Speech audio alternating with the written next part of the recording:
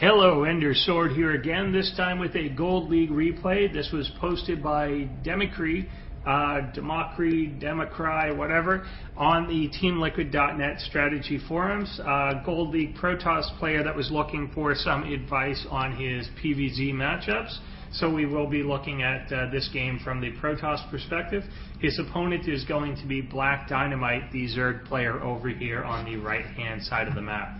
The three key things that I'm going to focus on during today's game are, number one, macro, and not just in general, but in terms of macroing while you're doing something else, while your attention is maybe focused on something that you're microing or a strategy that you're executing. You still have to keep up with the macro, make sure that you continue with production, and that you're not just kind of all in accidentally on a single strategy. The second thing that we're going to look at is the idea of transitioning logically from one thing to another to make sure that you have a follow-up to your plan one or your phase one of an attack that actually makes sense. And the third thing that I'm going to look at is the idea of assessing damage, determining whether or not your attack has actually done enough damage to be cost effective, whether it was actually worth doing, or whether you were just kind of wasting resources in doing it and you weren't actually getting enough out of it. Very often people will complain against Zerg players. They feel that they've done a lot of damage, and then a few seconds later the Zerg's back exactly where they were, and that there was no lasting impact. And that is often very true, and it can come down to, well, what did it cost you to make that attack, and how long did it really delay them? How impactful was it really? Now, the first thing game-related that I'll point out here was the scouting. We saw the probe kind of come in, check the location of the Zerg base, and then immediately move. What information did he get here other than literally its location? He was able to see, obviously, there was no 9 pool or anything like that, but we don't know when the pool went down. We don't know when the other hatchery went down. If there's nothing to make you leave that base, then you might as well stick around there and find out when those timings are, because it's going to make a big difference in the game. Back home here, very early on, no supply block, but we've got a wasted chrono on the Nexus. We're not making probes at full speed. No zealot's been started out of this gateway. There's money enough for both of these things, but he is just kind of saving up at this moment. It looks like it wasn't really an intentional probe cut or anything there. It was just kind of accidental, slipped out. The Stalker goes down. I'll see a lot of people do this, that there's the Overlord parked there, so they kind of hold off on the Zealot and then they get a ranged unit out to see if they can pick off that Overlord. Try not to let that disrupt your plan, because a lot of Zerg players are conditioned to do exactly this. They know that they can sit there until the Cyber's done, and then they know that they've got another 30-40 seconds before something can possibly come out of there. So they might as well sit and take a look until something is potentially going to hurt them, and then they can move away. So don't get baited into making a unit that you didn't want to make, or cutting a unit that you did want to make, just because there's a Overlord sitting there and it looks like a target. Don't go way out of your way to try and pick those things off. It's just not overly worth it. Now we can see that he went for an early Stargate here and is opting for Phoenix Tech. That is a somewhat common opening against Zerg players. You do see it a lot in pro games. Very often Phoenix are hard to micro, so you don't see them as much in lower level games, just due to the mechanics of how they work. Can be quite difficult for lower level players, but they can also be really effective, so it's something that you do want to be practicing on, so that it's not a completely new concept when you do get up into the higher ranks or higher leagues, that you do know how to use them. They are certainly a useful tool, and they have their role in the game, but they do take certainly some getting used to, not just due to their speed, but due to their graviton beam, due to the way that they have to fire and be controlled and so on.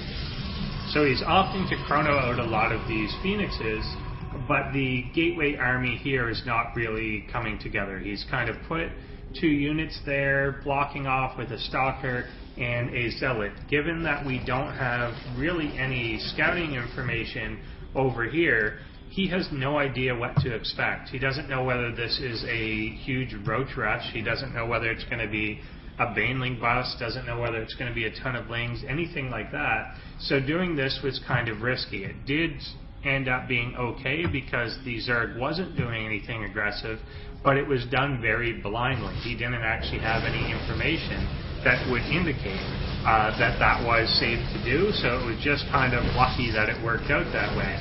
If the Zerg had been a little more proactive in his own scouting, he may have been able to see this coming and could have just come up with an all-in, a good Ling Roach timing, and completely taken down this front wall.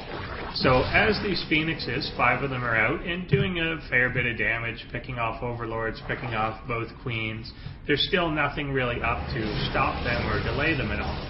The Zerg player is got his 3rd base up.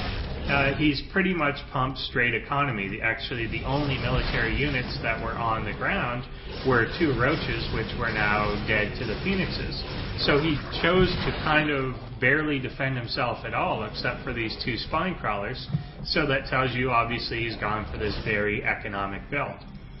Back home here, though, we see that there's not a lot of massing up of an actual gateway army, and he's not going for his own expansion at this point, even supply blocking himself here. So we're getting a little distracted by having the Phoenix running around the map. They do take a lot of micro to control, and they do take a lot of attention, but you definitely can't be letting things just completely go back at home. It's just a waste of the advantage that you have. So if you're slowing the Zerg player down a lot here, you're forcing him to make these spores, you're killing all these Queens, killing drones, killing everything like that, then you want to be taking advantage and make sure that your economy is actually really moving.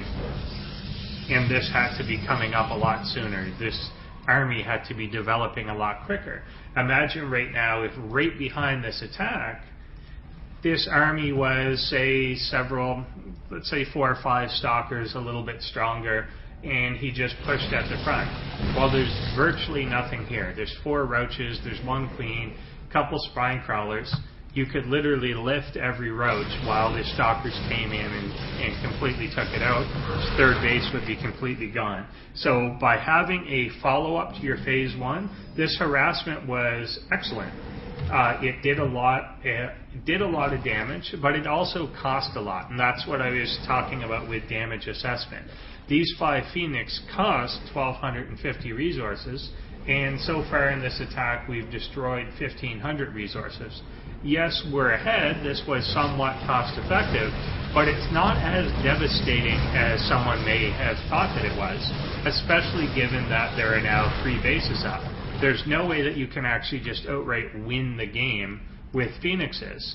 So as much as this was disruptive to the economy, the Zerg's been just mining tons of resources the entire time. The main effect of taking the Queens out is that they can't keep their production up at the level they want it, which often means that they're just pooling resources that they didn't intend to pool. And so at some point when that production does come back online, after they stabilize, they'll be able to get a ton of things out and do a ton of teching almost immediately afterwards that uses the money that they then pooled up in that period of time that you were going around and harassing them. Overall, looking at the worker count situation, 47 to 32 probes, he's just been slacking off on probe production in his own nexuses. So even though these Phoenixes were drastically cutting down what the Zerg player could be doing, he was also so distracted by his own harassment that back at home the Protoss player isn't getting enough done himself. We do get this attack coming in, and he is going to be able to take out this 3rd base. A lot of probes escape from there due to him targeting down these Spore Crawlers as opposed to trying to target down the units. Generally, if you do have probes fleeing the base like that, it is beneficial to pick them off. Particularly, Zerg can just put these bases up very quickly again and repopulate. In this case, we know that the other bases aren't saturated because of all that Phoenix harass. So if they can just move from one base to another, he's not, again, really that far behind when it comes to resource collection. This attack up here, good idea to certainly take the poke, but because of the delay at this base and because this army just isn't as big as it could be, if you look at all the resources pooled by the Protoss player, he could have spent a lot more on this and have more of a force, whereas the Zerg player's now been able to use most of his minerals to get an army out onto the field. He still has tons of gas left, which gives him a lot of options in what he can build now. But he's been able to basically catch up with that production, get things out, and now has a larger supply, despite being kind of behind and set back the entire time. It's because the Protoss player hasn't taken advantage of their own macro at home, not making probes, not harvesting gas here, just now getting more production facilities up to try and use some of the minerals available to him. And at this point, really should, once that initial hold at the ramp was done, really should have retreated back home, regrouped, and planned something else. Now, I'll talk just in general about the transition itself. He went from Phoenixes into Void Rays. So he went from a fragile air unit into a somewhat fragile air unit. So very often when you do a Phoenix opening or a Void Ray opening, the thing that you're trying to force out of the Zerg player is actually the Hydralisks. You're trying to make them make their own kind of squishy unit and then transition into something like High Templar, Archons, Colossus, something that does well against the squishy unit. Actually, Archon doesn't do too well against Hydralisk. But Colossus is usually what you would then go into because it does so well against the Hydra ranged in the back. It can just kind of burn through them fairly quickly as a light unit. Does a reasonable job defending here, but just gets overwhelmed. The Phoenix is picking things up to try and distract, but there's just too much DPS here. The Hydras do great against gateway units in general, so you do need that thing to be able to take them out, and usually that does mean transitioning into Colossus while you are still doing that harassment. So while you're holding your opponent down, you want to be getting that expansion up, you want to be tacking into your Robo or some other unit like that in order to take advantage of the fact that you're forcing the Zerg player to go into a technology that they really don't want to be in. They don't want to have a bunch of spore crawlers down.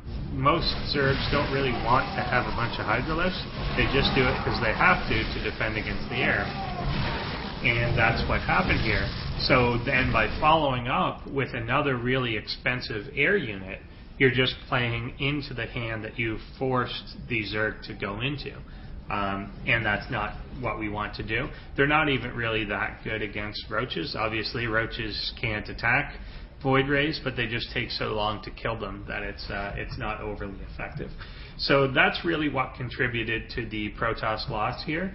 The Phoenix harassment was pretty good. Had quite reasonable unit control. Was fairly decent with them, especially with for a gold player.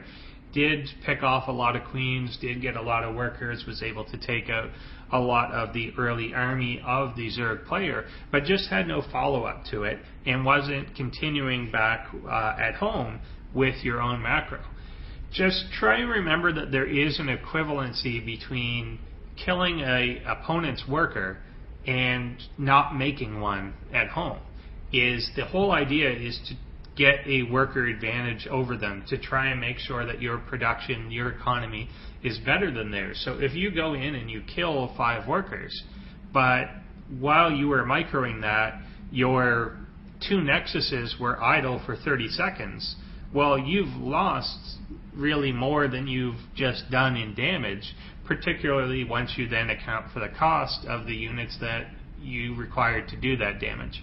So that's really the key thing. You have to continue going back at home and continue progressing yourself, or else you're just staying on a level playing field in that you have to do all that damage just to stay even with your opponent.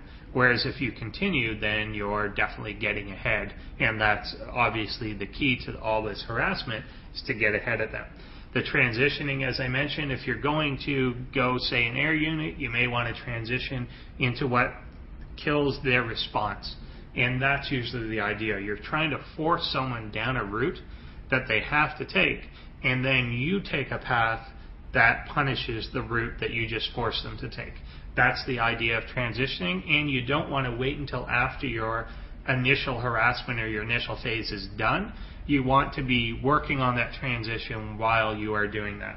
And the third thing overall, assess your damage, know where you are. Know where you are in the game. Sometimes your harassment's going to work, sometimes it's not. But very commonly, particularly with Phoenixes and against Zerg players, you feel like you did a lot more damage than you did. But you have to look at it and say, well, how many bases are there? How much did I really hurt them? How big of a setback is this? And did I set back their actual economy in terms of resources, or did I simply cause them to pool them up and then they can be unleashed on me later, which is very often what happens against Zerg players. You hurt their actual ability to produce new units by taking queens out, but they are still collecting resources at a very similar rate, and when they do get that production back online, then they just swarm at you, and often people are very unaware that that's going to happen. They say, oh, I just did all this damage. Well, yeah. And then as soon as the production came back online, they made 30 roaches and just came and killed you. So you have to be ready for that sort of thing. Overall, that's really what happened here, and they're pretty easy things to fix. You just have to keep your mind on, hey, check back home, check back home. Thanks for watching, and I hope you